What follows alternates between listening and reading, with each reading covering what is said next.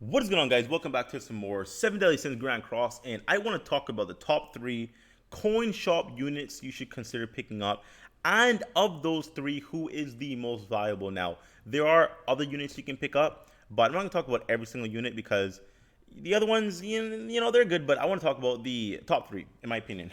In my opinion, completely opinion based, don't crucify me. I'm just speaking off what I believe and what I know and what I think. So, yeah. And also down below, I've been doing quite a few videos in terms of like showcases and PvP and like how-tos.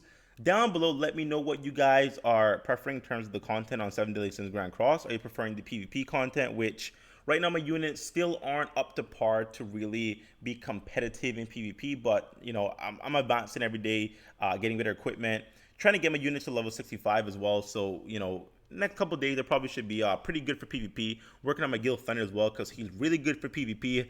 I just can't ever beat a Gowther team when I find one. So if you guys want to see more PvP videos or how-to videos or specific unit showcases, let me know in the comment section. I'll give that more content to you guys. So anyways, there's 3 units I want to highlight that I think are top tier in terms of the coin shop unit. So we have the green Bond, insane, the red Gowther, freaking nuts as shit, and then we have the red Meliodas, which we have not seen as of yet, but he should eventually come around within 2 weeks maybe. It really depends on where his slot is.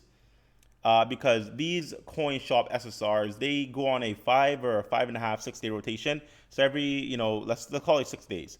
Every 6 days, they're going to rotate the unit to have a new unit, which you can purchase. So eventually, if you actually, if you go in your character list, you actually have the, I guess, flyer, the wanted flyer for this Meliodas. You can click him, and then it'll take you to the coin shop, but he's just not available. So eventually, he will be there. So I want to talk about which one of these units are the most valuable, and we're kind of going to rank them from 3, 2, and 1. So I've looked into all of them, and I'm just going to kind of skim through them real quick before I actually dive into who I think is better and what I think is more valuable in terms of maybe more team synergy or who's going to really help you clutch some wins in an event. So let's talk about the Bond first. So Bond, he has really, really good skills, really interesting and somewhat broken if I'm thinking they're going to act how they actually do. So 1 star, inflicts 150% damage to all enemies. He's the only Bond in the game that is AoE, which is really good. Really, really, really, really, really good. Any AoE in the game is really good. So that's a really, really good thing right there. Just having that AoE is really awesome. Second skill, steals. It's called Snatch. Steals 20% of all enemies' attack and defense. That is insane because it is all enemies, and it is attack, and it is defense, and it's for 2 turns from a 1-star skill. Like, I have the summonable green Bond, and he does the same ability, but he does it single target. It works really good. At 3-star, I think he can stack himself up to 40% attack and defense stolen. So he does a lot more damage, and it is really clutch because you do more damage, the enemy does less damage, so it can really come in handy. And by the way, I'm kind of playing 7 Deadly Sins as well as talking on this video, so I'm kind of doing 2 things at once. But anyways, yeah, so it's a really, really, really interesting clutch ability. Freaking awesome. Ultimate inflicts 350% damage to a single target, steals 50% of the targets. Do you see the theme here? He's stealing everything. He's stealing as much of your attack and defense as possible, and 50% is quite a bit. Reduces the target stats and increase your own. Like, that is broken. That is freaking broken. Like, you are debuffing them, but you're applying the debuffs you just applied to them to yourself. In freaking insane. And if you have Jericho, same thing, but it just increases by additional 50%, which does make quite a difference. So this Bond is drunk. He's really, really drunk, and that's just 1 star. That's just 1 star. Let's go to 2-star. 2-star, same percentage, but he picks up 30% life steal. So what happens is that you're going to restore a percentage of damage dealt as HP, which is, obviously, now, this is kind of insane because it is AoE. So restoring a percentage of damage dealt. So you're doing individual damage to each target on the field, but if you're fighting 3 targets and you're AoEing them all and you get some criticals off and you do upwards of like 30,000 damage accumulative, then that's a lot of HP recovered. That's a lot of HP recovered. This goes up to additional 10%, so instead of 20, it's 30%, which is insane. Obviously, Ultimate do not change because they don't really have star ratings. They don't act at all, actually. So these two abilities just get better. And at 3-star, he inflicts 250% damage and 30% lifesteal, which means you're pretty much recovering all your HP, all of your HP for the most part. You are now stealing 50% of the enemy's attacking defense for 2 turns and applying it to yourself. If you do this and you have an ultimate on the ready, now I don't know if the 50% steal on the ultimate applies before you do damage or after. If it's before, oh my god, so you could have potentially stolen 100% of that target's attacking defense. Like, now, I don't think it's a genuine 100%. I think once you steal 50% of the enemy's attacking defense, you're going to steal 50% of that new stat, and then that's how you get the additional stats. But I don't think you can genuinely get the enemy's attacking defense down to 0. I don't think that's a thing. But this bond is insane. This, in my opinion, is the best bond in the game. I don't have him. I have the Sunable Green one, who's pretty good. But this one is on, like, bro, this ability, yo, this snatch, the fact that it's all enemies. On PvP, this is busted. It's insane. Let's go to Gowther. Gowther now, bro. AoE, off the back, is really good. Ranks up 1 skill of 1 ally. So what that means is that on the field, you have the skill cards, right? 1-star, 2-star, 3-star. You can pick one of your allies to rank up one of their, well, all the skills they have in the field by 1. So if you have Bond on the field and a couple of his skills on the field are 2-star, if you use this Gowther's ability on Bond, then his abilities will just go to 3-star automatically, which is drunk. It's really, really good. Inflicts 350% damage to all enemies and reduce the ultimate gauge by 3. You guys know I love any reducing ultimate gauge effects. This is really, really, really, really, really, really, really good. Really good. Increases by 50% when you have his partner, which is King, and you reduce it by 5. Freaking drunk. Like, bro. Yeah, maybe I should talk about the passives, but nah, I'll leave the passives out of it. I'll just talk about the abilities. Everything's really good that I've seen thus far. 2-star, same percentage, right? Yeah, same percentage, but seals attacks for 1 turn. Sealing is insane. You just can't do anything. You just can't move. You just don't go. You just don't have a turn. Sealing is literally the same effect as immobilization or stuns in this game. Because if you take away their ability to use attack skills, they can't do nothing. They just sit there because there's no normal attack hitting in this game. Like, there's just attack skills and that's it. Like, attack skills or debuffs or buffs or heals. Like, you can literally nullify a unit just by using this skill alone. Now, instead of ranking out 1 ally, you rank up all allies, bro. That's drunk. That's really, really drunk. That's really busted levels of being drunk. Like, this is support out of this ass. Like, it's insane. Let's go to 3-star. How better can this guy get? 3-star. Inflicts 180% on all enemy. Well, 180% damage on all enemies and seals attacks for 2 turns. 2 turns can be an entire match in PvP. That can be all of it. Literally, depending on who you bring and who you fight against, 2 turns can be the entire match. Like, you can nullify them for the entire, and you can keep this going because this ranks up all ally skill and increase base stats by 20% for 3 turns. For 3 turns. Gee, that's drunk. And if you continue to get, if you continue to rank up your own skill, which is this one, you can continuously have an enemy sealed forever. If you plan it out enough, you can literally have them sealed forever. Even if you just rank up the 1-star, 2-star, you can continuously have them sealed if you continuously pull his 2nd skill. This guy is the ultimate support. He's the ultimate troll. He is the ultimate team player.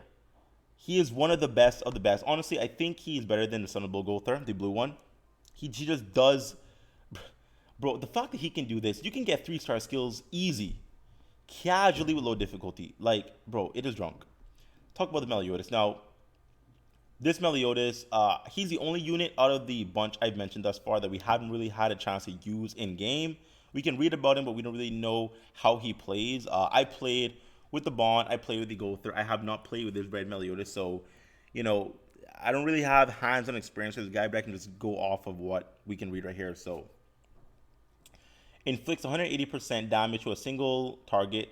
Ignites for 3 turns. Ignite increased damage to the target by 10%. Now, why this can be clutch is that I believe this applies to the entire team.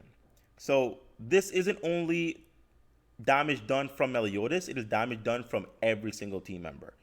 And it can stack. So Ignite for 3 turns. If you manage to pull 3 individual 1-stars and you use all 3 of them, then you get 30%.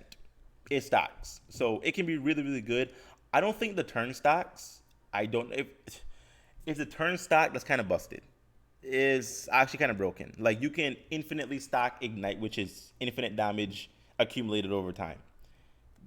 Actually, a little too good. I don't think it stacks. If it does, if the turn stack, bro, I don't know what this game is anymore. Hellfire Explosion inflicts 220% damage to a single target. That's a high percentage for a 1-star skill. Really, really high. 220% is really high. So good for him. The ultimate inflicts 385% damage to a target. The single target applies weakness. So people are telling me in the comments what weakness meant. I actually forgot, but weakness, it has something to do with increasing the amount of damage dealt. So this 385% damage here is going to be more. I'm not sure weakness applies some kind of percentage debuff on the enemy to where you take more damage. Maybe similar to Ignite. I don't know, but this is some kind of a buff. I forgot what it meant. I forgot, guys. I'm not going to pull up the comment right now because I'm in the video right now, but it's a really good ability. So I was looking at this earlier, in an earlier video, I should say, and I was like, 385 it's not really that good. It's not that good, but applying weakness, weakness is a really, really good ability. So I don't remember what it particularly does, to be exact, but you're going to be doing more damage. Just summarize, you're going to be doing more damage. Applying it with Merlin, which... okay, so Merlin's in a combination, but they don't really have the information about the relationship. Okay, but you get an additional, well, it goes at a 440. So yeah. Now, talking about these units, actually, let me go over the 2-star skill. Let me not jump ahead of myself. So now 270%, Ignite for 4 turns. Still 220%, but you inflict. Okay, so you disable recovery, which can be good in PvP, but it's a little niche. And it's only for 1 turn. It feels like 3 turns that'd be kind of good, but recovery isn't a massive big issue in PvE. I mean, it can be, but not all the time. So this is actually the least impressive effect that we've read thus far in all these cards. Let's go to 3-star. Inflicts 450%, really, really, really high. Pretty damn high. Ignite for 5 turns, really good. And 360% damage to a single target. Inflicts infect for 2 turns. So I'm not impressed by this infect ability, but it's there. It is what it is. Now, if I were to rank them, I would say Meliodas is on paper the most underwhelming. On paper, I haven't used him, so I can't definitively say he is the lesser of the units. But reading over what he has and what he does, the fact that he's all single target, Ignite is a really cool ability. Infect is, I don't really see it being too great. His ultimate is pretty good. Once again, I'm not 100% sure on what the weakness actually does, but I know you do more damage. But even with that, it's still not enough because this guy is built off of just doing damage. Tons of damage. And that's kind of what the green Meliodas does as well. He does damage. Damage. He stuns for 1 turn on his ultimate, which is really cool. I wish this guy stunned, which is really awesome, but he doesn't stun. So since he just damage and nothing else, I really can't, see myself maybe even picking him up, to be honest. Versus someone like Gowther, who does some damage, obviously on the first skill and the ultimate, but he supports a team by sealing enemies off, which means no one takes damage. And he ranks up all skills and increase base stats by 20% for 3 turns at 3-star. He reduces ultimate gauge by 3. Upon combo, he reduces it by 5. Like, need I say more? Like, just listen to that versus Meliodas. Just single target, ignites, really, really good ability.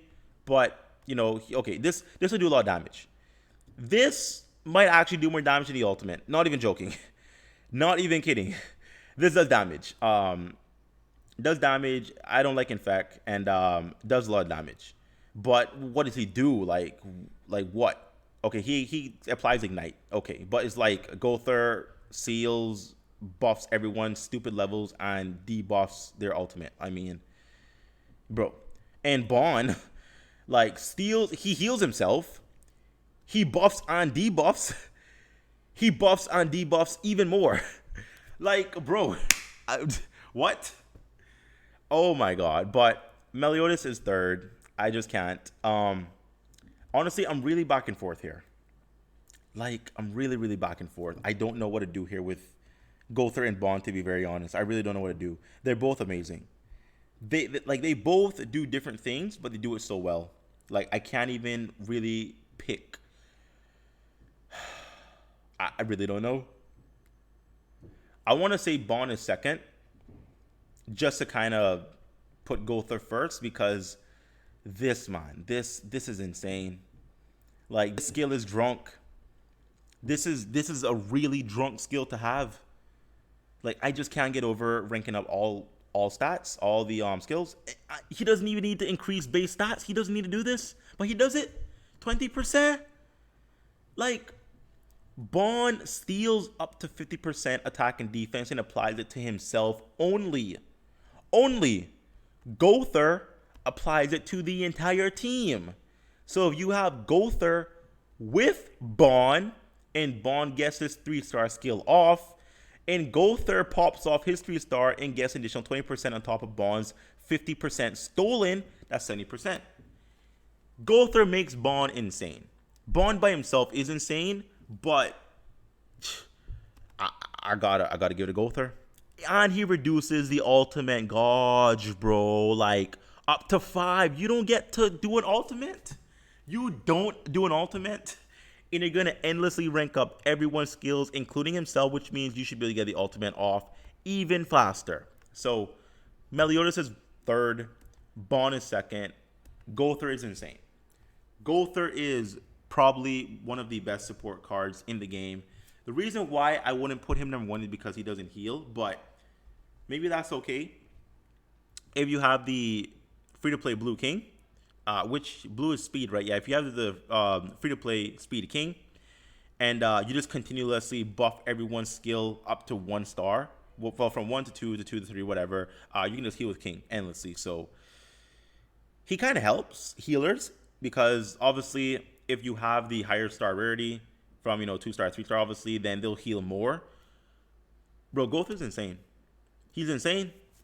But honestly, if you're asking me my preference, I prefer Bond. I'm not saying Bond is better. I didn't say that. I say I prefer him because I just think he's going to be more fun to use. He just buffs himself so much. And I feel like you're going to be seeing some stupid numbers from him. Some dumb, drunk numbers.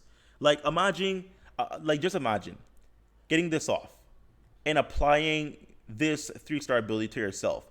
And then right afterwards, next turn, doing an ultimate. And once again, if this additional 50% applies before you actually do the damage, bro, you're breaking 100K. Bro, I don't know why you wouldn't break 100K. I think there's only one unit in the game that can break 100K, which is the green Meliodas.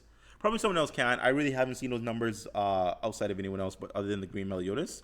But this guy might be a candidate for those kind of numbers if you get everything off and if you just work him properly. So we haven't even talked about the passives. Like, I'm not really going to go here because we're too deep in the video to really bring this up. But he heals himself, which is... Actually, let us take a look at it. If this unit wasn't attacked this turn, decreases the effectiveness of enemy recovery skill by 10% at start of the turn. Wait, what? Decrease the effectiveness of enemy recovery. Start of the turn. This stacks up to 5. Huh. It would have been cool if he recovers 10% of HP dealt if he didn't get attacked. A bit more self-healing, but he debuffs healers, which is niche. It's niche because not every unit heals that you fight. Not every enemy you fight heals. And you need to not be attacked, which is also niche. So it's a niche on a niche. Okay, let's look at Gowthers. See what he does. If you don't take damage, all your enemy damage creep at 10% start a turn. Up to 5. Reset when you take damage. Ooh. Wait. This man can potentially buff you by 30%. Okay. Even better, Gowther. You have to not be hit, which is... It can happen. It happens. You know, but the fact that I wish it didn't reset. Maybe it would have been too busted. But, bro, that's insane. Is Meliodas going to be broken with the passive? If an ally character cannot attack this turn, increase their critical rate for the next turn by 50%, max 1 stack. Okay. Okay, I see it. So if you're immobilized, stunned, if you're frozen, then I assume this would apply. And you get a pretty much almost a coin flip chance to crit. Okay. All these abilities are obviously niche, but this, once again, I'm not picking on Meliodas, but it is seemingly the most underwhelming in my opinion. So, as stand with what I said, Meliodas on paper, once again, I haven't used him. I don't know damage output. I don't know, but on paper, he seems to be the more underwhelming unit. And on paper, Gowther seems to be the best unit. And with actual usage of him that I've used him a little bit on raids or, you know, just certain events, he's clutch. He's insane. He's really, really good. And I love this bond. Honestly, I like this bond better than everyone else just because I just think he's going to be doing stupid damage. And it debuffs. I love debuffs. I love debuffs. But I think Gowther is on paper better and probably just better overall for the team synergy. So anyways, guys, quick video. If you want to know who to pick up in the coin shop, right now Gowther is live. Pick him up if you do have 5 of the SR coins already. I'm probably going to wait until Bond comes back around or until there's a brand new unit that they introduced that's busted. I don't even know. But I'm probably going to wait because I want this Bond. Gowther's really good. I should pick him up, but I just want this Bond. So anyways, guys, hope you enjoyed the video. Like, share, comment down below. If you're not subscribed, make it a thing. Sub to the boy. And I'll see you next time. OBS. Yeah. Bye-bye.